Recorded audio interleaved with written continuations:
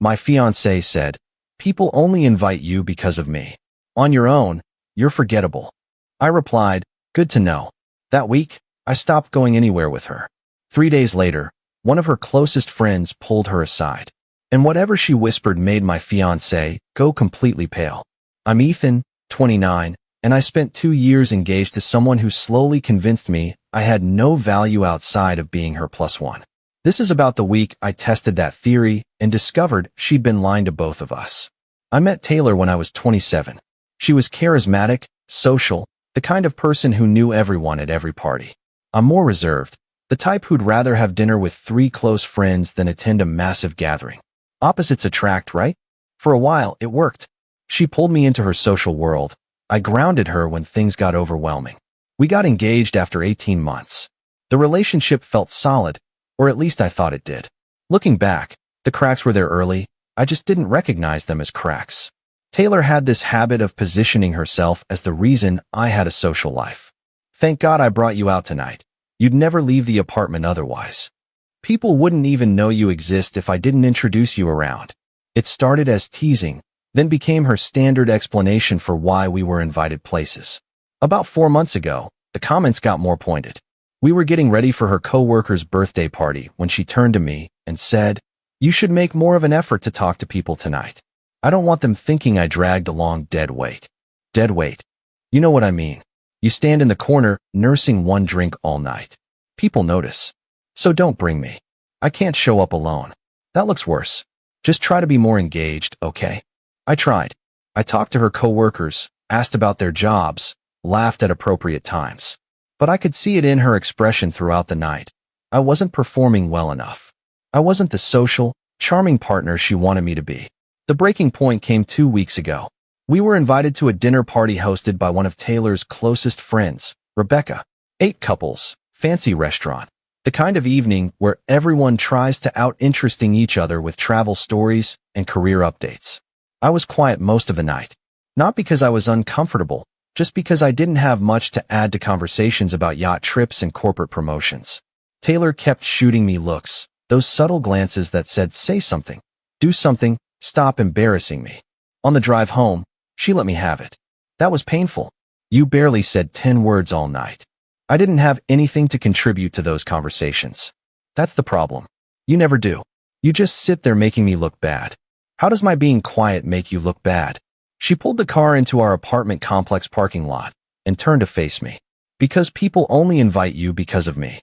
They don't actually want you there. They tolerate you because you're with me. On your own, you're forgettable."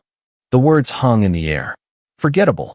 She said it with such casual certainty, like it was just an obvious fact she was finally being honest about. "Good to know," I said quietly. "I'm not trying to be mean. I'm being realistic. You need to hear this. If you want people to actually want you around, you need to make more effort." I got out of the car and went inside. She followed, still talking about social strategies and personality adjustments I should make. I nodded along, went to bed, and lay there processing what she'd just said. The next morning, I made a decision. If people only invited me because of Taylor, then I'd stop going places with her. Let's see what happens. Update 1. That week, Taylor had 3 social events planned. Wednesday drinks with her work friends, Friday dinner at Rebecca's place again, and Saturday brunch with her college roommates. Events I'd normally attend without question. Wednesday afternoon, she asked what time I'd be ready to leave. "I'm not going tonight." "What? Why not?" "You said people only invite me because of you. So I'm testing that theory." "You go. Have fun. I'll stay home." "Ethan, I didn't mean you should stop coming to things." "No, you were right. If I'm forgettable and only there because of you, there's no point in me going. People will probably enjoy themselves more without me there." "You're being ridiculous." "Maybe, but I'm also being forgettable at home where it won't embarrass you." She left for drinks without me. Came home around 11 p.m., didn't bring it up again. Friday, same thing. "Aren't you coming to Rebecca's?" "No, you said people tolerate me because of you." "I don't want to be tolerated." "You go enjoy yourself. People are going to ask where you are. Tell them I'm being forgettable somewhere else." She went to dinner. Came home around midnight. This time she seemed agitated. "Rebecca asked about you. I told her you weren't feeling well." "Why lie?" "Because I can't exactly say my fiancé is having a tantrum about something I said." "This isn't a tantrum. This is me respecting your assessment of my social value. Saturday morning, she was clearly stressed. The brunch with her college friends was the big one, the group she saw most regularly, the one she talked to almost daily. You're coming to brunch. No. Ethan, enough. This has gone on long enough. People are asking questions. What questions? About you. About us. About why you're suddenly not around. Tell them the truth. I'm forgettable, and people only invite me because of you. I never should have said that. But you did. And now I'm curious to see if it's true. She went to brunch alone. I spent the afternoon reading, working on a project for my job, enjoying the quiet. She came home at 4 p.m. Walked in looking shaken. Pale. Didn't say anything. Just went straight to the bedroom. I gave her an hour, then went to check on her. She was sitting on the bed staring at nothing. What happened? Nothing. Taylor, you look like someone died. What happened at brunch? She looked up at me, and I saw something I'd never seen in her eyes before. Genuine uncertainty. Jen pulled me aside after brunch. Asked why you weren't coming to things anymore. I told her you were busy with work. She said that was bullshit. Okay. Then she said, Taylor stopped, swallowed hard. She said everyone's been asking about you. Not about why you're not there. About you specifically. They miss you. I sat down. What? Jen said people like you. That you're one of the few people at these gatherings who actually listens when they talk. Who remembers details about their lives. Who doesn't try to one-up everyone's stories. And she asked if I'd been making you feel unwelcome. If I'd said something that made you stop coming. The room was very quiet. What did you tell her? I lied. Said you were just stressed about work. But she didn't believe me. She said if I was making you feel like you didn't belong, I was making a huge mistake. Why would that be a mistake? Taylor's voice cracked slightly. Because apparently people have been complaining to each other about how I dominate conversations. How I make everything about me. How they're glad when you're around because you balance me out. I processed this. People have been saying this. According to Jen, yes. For months. They just never said it to me directly. So when you said people only invite me because of you, I was wrong. I was completely wrong. They invite me because I'm your girlfriend. You're the one they actually want there. Update 2. The next few days were tense. Taylor tried to act like everything was normal, but I could see her processing the revelation. The foundation of her self-image had cracked. Wednesday, she asked if I wanted to come to drinks with her work friends. I declined. She went alone. Came home 2 hours later looking deflated. They asked about you again. Kelly said she misses talking to you about books. Apparently you two had been having this ongoing conversation about sci-fi novels, and she's been wanting to recommend something to you. I don't remember having an ongoing conversation with Kelly.